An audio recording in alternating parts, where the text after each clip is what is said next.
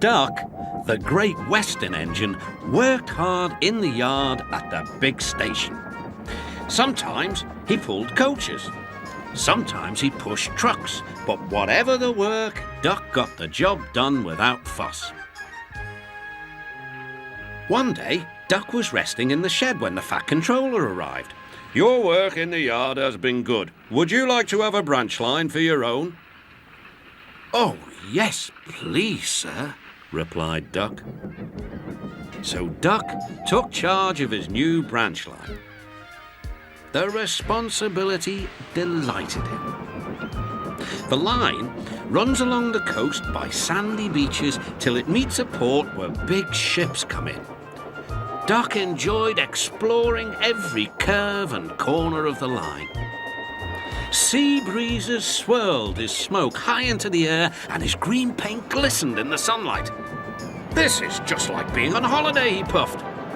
"Well, you know what they say," laughed his driver. "A change is as good as a rest." Soon Duck was busier than ever.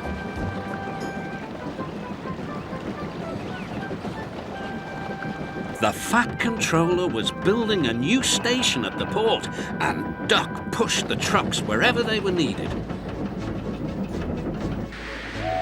Bertie looked after Duck's passengers, and the other engines helped too, but the work took a long time.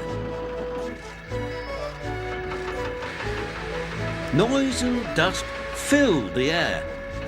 "Don't worry," whistled Toby, "the station's nearly finished." "And on time too," said Duck, thankfully. Duck felt his responsibility deeply and talked endlessly about it. "You don't understand, Donald, how much the Fat Controller relies on me." "Och, aye," muttered Donald sleepily. "I'm Great Western and I—" "Quack, quack, quack." "What?" "Ye heard? Quack, quack, ye go. Sounds like ye're an egg laid. Now wheesht and let an engine sleep." "Yourself," said Duck indignantly. Later, he spoke to his driver. "Donald says I quack as if I'd laid an egg." "Quack, do you?" pondered his fireman. He whispered something to Duck and his driver. They were going to play a joke on Donald and pay him back for teasing Duck.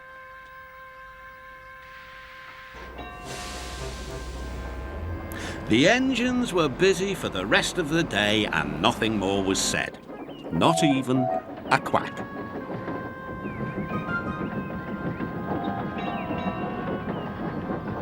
But when at last Donald was asleep, Duck's driver and fireman popped something into his water tank. Next morning, when Donald stopped for water, he found that he had an unexpected passenger aboard. A small white duckling popped out of his water tank. "Now, who's behind this?" laughed Donald. The duckling was tame. She shared the fireman's sandwiches and rolled in the tender. The other engines enjoyed teasing Donald about her. Presently, she grew tired of travelling and hopped off at a station, and there she stayed. That night, Donald's driver and fireman got busy, and in the morning, when Duck's crew arrived, they laughed and laughed. "Look, Duck!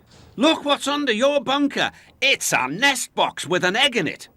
Donald opened a sleepy eye. "Well, well, well, ye must have laid it in the night, Duck, all unbeknownst." Then Duck laughed too. "You win, Donald. It'd take a clever engine to get the better of you.